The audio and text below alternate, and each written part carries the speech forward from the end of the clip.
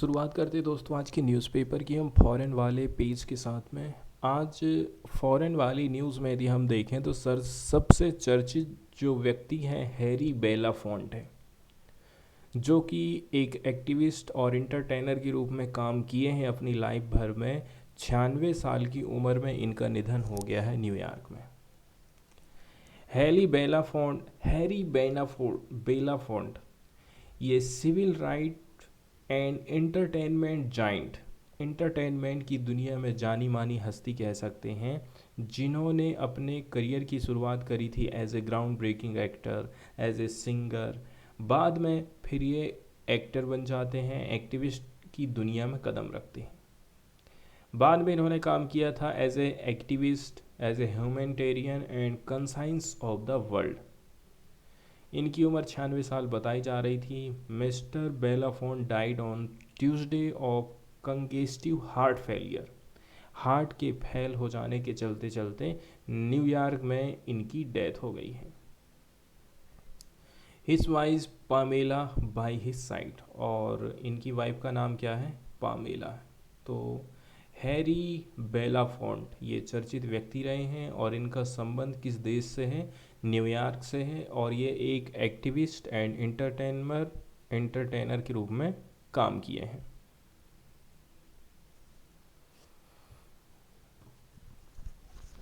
इसके बाद हम सीधे एडिटोरियल वाले पेज की तरफ चलते हैं और देख लेते हैं प्रमुख एडिटोरियल्स को। तो जो पहला एडिटोरियल हम डिस्कस करेंगे वो सूडान में क्राइसिस जो चल रहा है और किस प्रकार से भारत को सफलतापूर्वक अपने नागरिकों को वहाँ से निकालना चाहिए, जो लोग फंसे हुए हैं उनको।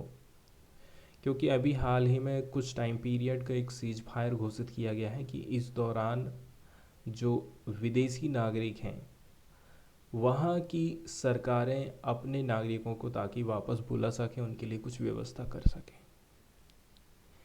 एक बात तो यहाँ पर हमें ये ध्यान देना है कि गवर्नमेंट क्या काम करती है। अब जैसे कि सूडान में कोई व्यक्ति कुछ काम कर रहा था, उसकी रोजी रोटी चल रही थी।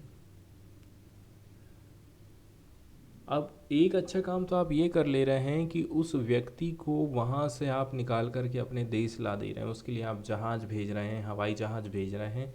अब किराया कितना लिया जा रहा है, क्या फ्री में लाया जा रहा है, ये बातें अभी क्लियर नहीं हो पाई हैं।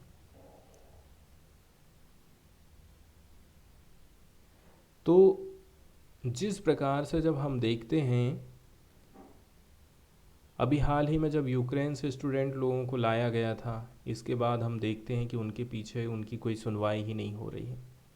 क्या उनका फ्यूचर होगा, कैसे उनकी पढ़ाई होगी, क्या होगा, क्या जॉब मिलेगी, क्या जॉब अभी मिल सकती है, ये कुछ भी चीज़ें अभी क्लियर नहीं हो पाई है। ठीक इसी प्रकार से जब हम सूडान के लोगों को यहाँ पर लेके आ रहे हैं तो वो लोग ऐसा नहीं है कि वो यहाँ पर बेरोजगार बन करके फिर इधर उधर भटकते रहें। सरकार को इसकी भी व्यवस्था करना पड़ेगा, इसके बारे में भी सोचना पड़ेगा कि जो आदमी वहाँ पर 2 पैसे कमा रहा था, रोजी रोटी चला रहा था, वो यहाँ पर भी आए तो उसके लिए भी हमें कुछ ना कुछ करने की अभी ज़रूरत है। तब जा कर के वो यहाँ पर धीरे धीरे करके एस्टेब्लिश हो पाएगा। इंडिया का ऑपरेशन जिसको हम बोल रहे हैं ऑपरेशन कावेरी, ऑपरेशन कावेरी को लॉन्च किया गया था ताकि जो इंडियन फंसे हुए हैं वार टॉर्न सूडान में, वहाँ से उनको निकाला जा सके। Government is making the most of 72 hour ceasefire window. ज़्यादातर सरकारें 72 घंटे का जो सीज फायर विंडो अभी खोला गया है उसका इस्तेमाल कर रही हैं, और जैसे इंडिया ला रहा है निकाल निकाल करके अपने देश के नागरिकों को, उसी प्रकार से अदर कंट्रीज़ भी कर रही हैं। तो लगभग 3,000 सिविलियंस हैं जो कि यहाँ पर रह रहे थे। ये जो ऑपरेशन है जिसमें इन्वॉल्व है इंडियन एयरफोर्स और इंडियन नेवी, इसको कोऑर्डिनेशन मिला है मिनिस्ट्री ऑफ एक्सटर्नल अफेयर का। Given heavy fighting in Khartoum between forces loyal, हम ये देखते हैं कि यहाँ पर हैवी फाइटिंग देखने को मिल रही है खार्तूम में, जो कि यहाँ की कैपिटल है। ठीक है, 2 फोर्सेस के बीच में। तो forces loyal to the head of ruling council general Abdel Fattah al Burhan, who has head of the Sudanese armed forces and his former deputy general Mohammed Hemeti Hamdan Daglo of the parliamentary group RSF. RSF most civilians are being brought by road to Port Sudan। तो आप जहाँ से लेकर कि जहाँ भी नज़र दौड़ाएंगे तो आपको ये लगेगा कि सड़क से लेकर के बंदरगाह तक, सड़क से लेकर के हवाई अड्डे तक लोगों की लाइन लगी हुई है, भीड़ लगी हुई है। India has coordinating efforts with other countries. India other country के साथ में भी क्या काम कर रहा है, कोऑर्डिनेट करने का काम कर रहा है। That have the most civilians and resources in Sudan, जो कि ज़्यादातर सूडान में ही जाकर के कमा खा रहे हैं।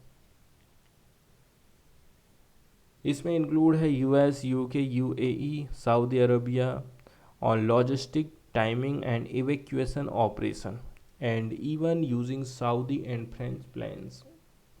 इसके लिए सऊदी और फ्रेंच प्लेन्स का भी इस्तेमाल किया जा रहा है। इवैक्यूएशन की क्या प्रोसेस हो सकती है, इन सारी बातों का अध्ययन किया जा रहा है। एक रूट किधर की तरफ, कैरेबियन की तरफ में इसको शेड्यूल किया गया है कि इसका विजिट कर सकते हैं external affair minister S Jaishankar. इसके साथ साथ में also meet with UN secretary general in New York to seek help. इसके अलावा कुछ चीज़ें और भी क्लियर हो गई हैं कि जो मिलिट्री के पर्सनल हैं, मिलिट्री में जो व्यक्ति काम कर रहे हैं, military personnels, officials and diplomats will have a difficult few days ahead given that even humanitarian worker and ambulances have been attacked। आप यहाँ तक देख रहे हैं कि जो लोगों की सेवा कर रहे हैं, एम्बुलेंस में काम कर रहे हैं, इनको तक अटैक किया गया, इनके ऊपर तक अटैक हुए हैं। They have no doubt been assisted by the cumulative experience of similar operations over decade, beginning with the largest such as single civilian evacuation during Gulf War in 1991। इस प्रकार से हमारे पास काफ़ी कुछ अनुभव है कि पिछले टाइम पीरियड में भी ऐसी कुछ घटनाएं घटित हुई हैं जिनसे भारत सीख सकता है, जैसे कि 1991 में खाड़ी देशों में जब वार चल रहा था। सूडान की इवैक्यूएशन प्रोसेस ने, सूडान से जो आप लोगों को निकाल करके ला रहे हैं, इसने एक बात और फोकस में ला दी है कि पार्टिकुलर क्या क्या चैलेंजेस रहने वाले हैं, क्या क्या इंडिया फेसेस करने वाला है किसी भी कॉन्फ्लिक्ट को लेकर के। लगभग 14 million non resident Indian and more than 7 million tourist and traveller each year. There is a particularly no conflict today that does not affect an Indian citizen। आप देखते हैं कि लगभग 14 million non residence Indian and 7 million tourist और traveller हर साल। There is a practically no conflict today that does not affect an Indian citizen। हालांकि इतने लोगों का आना जाना होता ज़रूर है, लेकिन ये चीज़ किसी पार्टिकुलर व्यक्ति को प्रभावित नहीं करती है।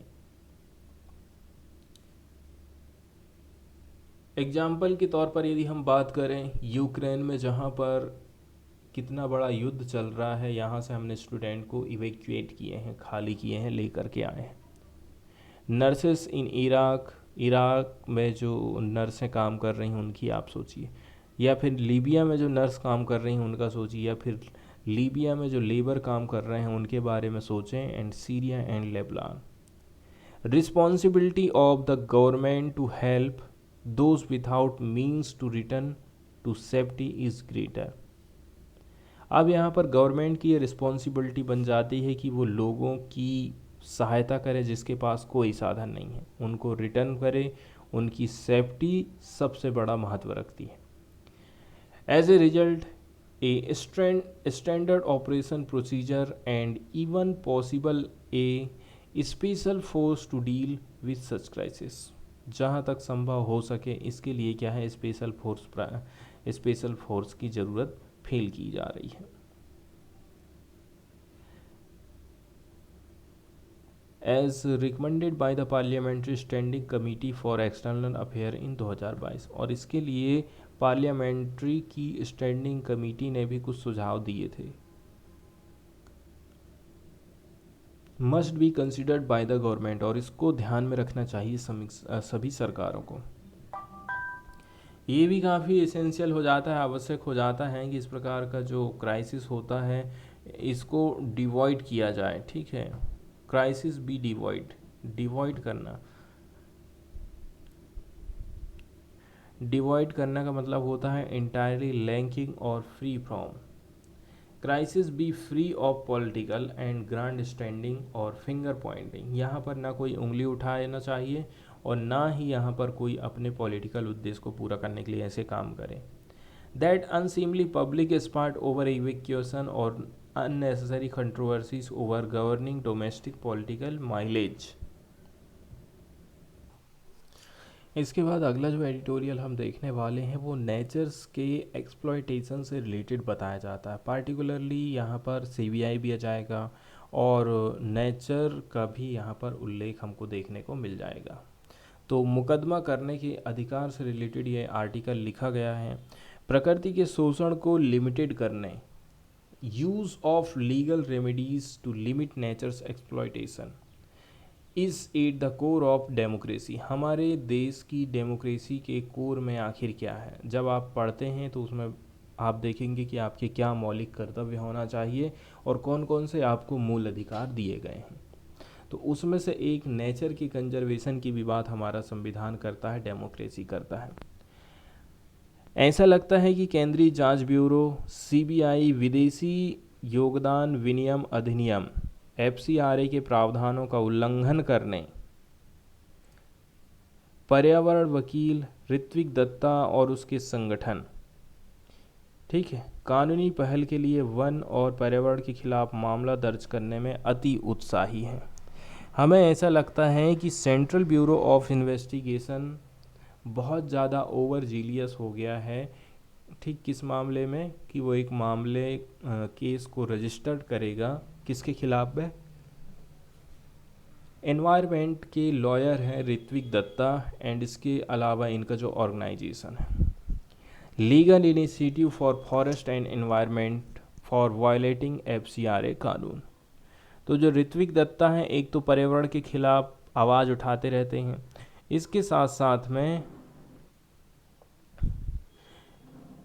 जब ये पर्यावरण के खिलाफ में आवाज़ उठाते रहते हैं मतलब सरकार की कमियों को दर्शाते हैं। शायद ये भी एक रीज़न हो सकता है कि इनका जो एनजीओ का एफसीआरए कानून है उसको रद्द किया जा रहा है। The gist of the allegation is they're using foreign fund. उनके ऊपर जो आरोप लगाए जा रहे हैं कि वो फॉरेन फंड का इस्तेमाल कर रहे हैं ताकि वो इनकरेज कर सकें लिटिगेशन को, that will stall existing and prospective coal fired plants. इस प्रकार से यदि हम इसका सार देखें, यहाँ एक वर्ड यूज़ किया गया है जिस्ट, ठीक है, द जिस्ट ऑफ एलिगेशन। जो भी एलिगेशन लगाया जा रहा है उसका सार ये है, they are using foreign fund. ये फॉरेन फंड का इस्तेमाल कर रहे हैं ताकि लिटिगेशन को इनकरेज कर सकें। ये लिटिगेशन क्या काम कर रही है? एग्जिस्टिंग जो प्रोस्पेक्टिव कोल फायर प्लांट हैं उनको बंद करने का काम करेगी। ठीक है, आरोप ये लगा दिया जा रहा है इनके ऊपर में कि आप विदेश से चंदा ले रहे हो, इस चंदा का इस्तेमाल आप कर रहे हो कुछ ऐसी लिटिगेशन में जिससे कि हमारे यहाँ की जो कोल प्लांट हैं वो बंद हो जाएं। While the sourcing of foreign fund and use is certainly something to keep an eye on, any criminalizing of the act of opposition to coal plant when pursued via legal means is an absurd stance for a government to adopt. अब चूँकि हम signatory माने जाते हैं UN framework convention on climate change and बहुत सारे जो क्री एग्रीमेंट हैं उनमें भी हमने दस्तखत करे हैं। इंडिया कहता है कि हम ग्रेजुअली रिड्यूस करेंगे फॉसिल फ्यूल के हम ऊपर जो इतनी ज़्यादा डिपेंडेंस है फॉसिल फ्यूल्स रिसोर्सेस के ऊपर हम हमारी डिपेंडेंसी को कम करेंगे, नेट ज़ीरो को अचीव करेंगे और source almost all power from non fossil fuel, और कोशिश करेंगे कि ज़्यादातर हम जो बिजली है नॉन फॉसिल फ्यूल से ही बनाएं, उसका इस्तेमाल करें। 2070 की डेट रखी गई है। इंडिया कंसिस्टेंटली रिपोर्ट का इंडोर्समेंट करता है by the inter governmental panel on IPCC. इसके अलावा आईपीसीसी की रिपोर्ट भी हमें ये बताती है urgency of ensuring global temperature low. IPCC की रिपोर्ट कहती है कि यदि हम टेम्परेचर को 1.5 डिग्री से नहीं रोक पाए प्री इंडस्ट्रियल एरा के टाइम पीरियड्स को, necessitating that global net anthropogenic CO2 emission decline by 45%। यदि आप ऐसा करते हैं तो CO2 का जो एमिशन है 45% कम हो जाएगा। लेकिन जो प्रिंसिपल हैं कॉमन एंड डिफरेंशिएटेड रिस्पॉन्सिबिलिटी के, इंडिया ने मेंटेन करा है अपने अधिकार को कि हम रिलाय करेंगे कोल प्लांट के ऊपर इन द अंतरिम as it is still developing economy. लेकिन इंडिया कह रहा है कि आप हमें इसमें छूट दीजिए, आप ऐसा मत करिए कि हम पूरी तरह से ही कोयले का इस्तेमाल ही ना करें। अब चूँकि हम विकासशील देश हैं इसलिए हमें अपने डेवलपमेंट के लिए कोयला की ज़रूरत है। The true cost of renewable sources, renewable sources की क्या कॉस्ट हो सकती है। रिन्यूएबल सोर्सेज में अंतर्गत सोलर, वाइंड और न्यूक्लियर एनर्जी आ जाती है। Remain much more than that of fossil fuel power. Fossil fuel power के हिसाब से यदि देखें तो जो कॉस्ट है इसमें काफ़ी बड़ा अंतर हमको दिखाई देता है। द इंडस्ट्रियलाइज्ड वेस्ट की बात करें, while slowing it's fossil fuel consumption, जो पश्चिमी देश हैं, यूरोपियन कंट्री हैं, वो क्या काम कर रही हैं, फॉसिल फ्यूल के कंजप्शन को कम कर रही हैं। Continues to be reliant on natural gas के ऊपर ज़्यादा निर्भर कर रही हैं। And keeps falling short on its commitment to transfer technology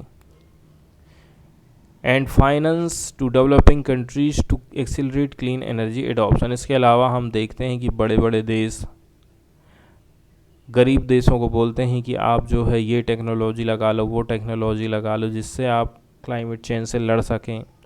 ठीक है, डायरेक्ट जो उत्सर्जन है उसको आप रोक सकें। तो इसके लिए बहुत सारी कंपनियां आगे आ रही हैं और अपने अपने उपाय बताते जा रही हैं। इस प्रकार से आप बोल सकते हैं कि कोयला हमारे देश के विकास के लिए ज़रूरी तो है, लेकिन वो एक बुराई की तरह है। But still evil and seeing it any other way belies scientific evidence. और इससे यदि आपको कुछ भी अलग करना है इसके लिए आपके पास साइंटिफिक एविडेंस होना चाहिए।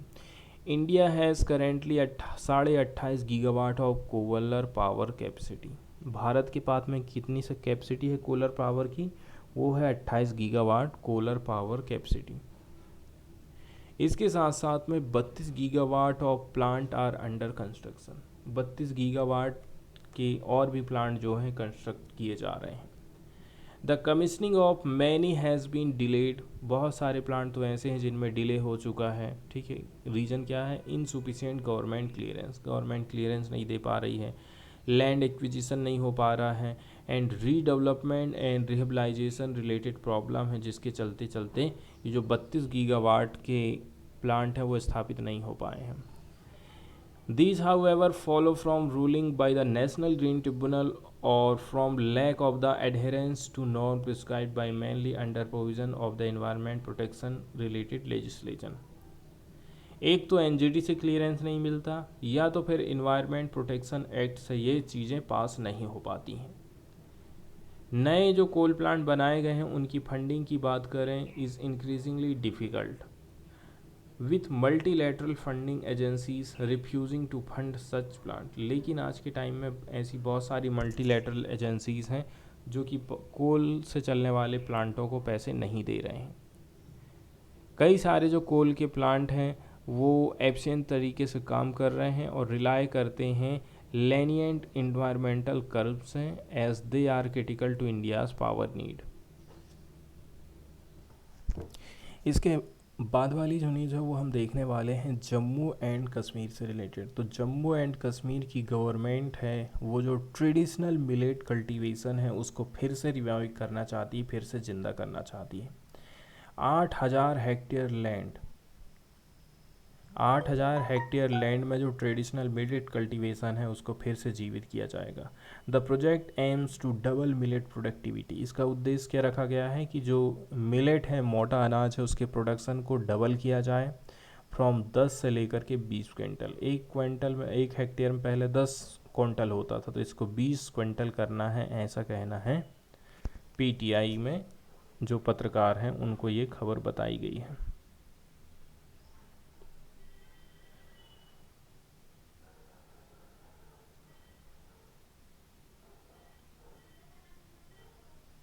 इसके बाद भी कुछ जो न्यूज़ें हैं इम्पोर्टेंट उनको हम देख लेते हैं और क्या क्या है देखने लायक। तो जो पहला सेट है इंडियंस का वो लीव कर गया है वार टॉर्न सूडान से। तो हमने जो जहाज़ भेजे थे उसी का पिक्चर यहाँ पर फ्रंट पेज में दिखाया गया है और बताया जा रहा है कि पहला जो सेट ऑफ पीपुल है इंडियंस का उसने सूडान को छोड़ दिया है, जहाज़ में ये लोग बैठकर रवाना हो गए हैं।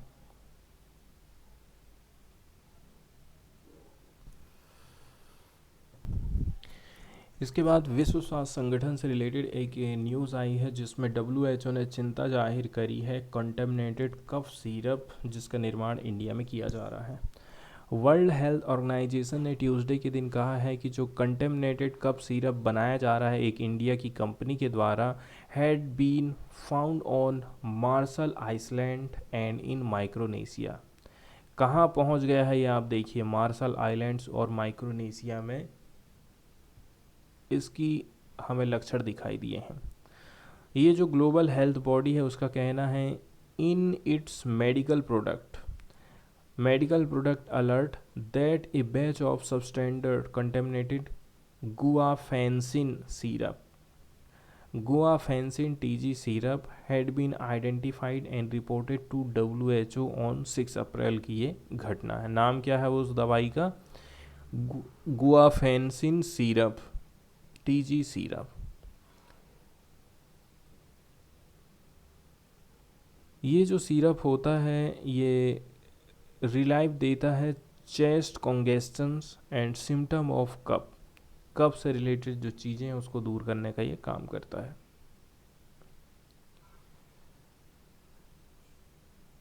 तो ये जो चीज़ें ये जो गोली दवाई पाई गई है वो कहाँ पर पाई गई है? मार्शल आइलैंड्स, ठीक है। Were analysed by the quality control laboratories of the therapeutic goods administration of Australia. और इसका पता कौन लगाया है? ऑस्ट्रेलिया ने पता लगाया है। तो आगे ये बताया जा रहा है कि जो मैन्युफैक्चरर है इस अफेक्टेड ड्रग का QP pharma chem limited Punjab India है। The stated marketer of the product is Trillium pharma of Haryana India. Stated marketer की बात कर लें तो मार्केटर का काम कौन कर रहा है? थ्रीलियम फार्मा ऑफ हरियाणा काम कर रहा है। एंड बात करें डाई एथिलीन ग्लाइकोल और एथिलीन ग्लाइकोल, ये दोनों ही टॉक्सिक माने जाते हैं ह्यूमन बीइंग के लिए जब इनको कोई भी कंज्यूम करता है एंड कैन प्रूव फैटल, और इतना ज़्यादा खतरनाक होता है कि इससे डेथ भी जा सकती है।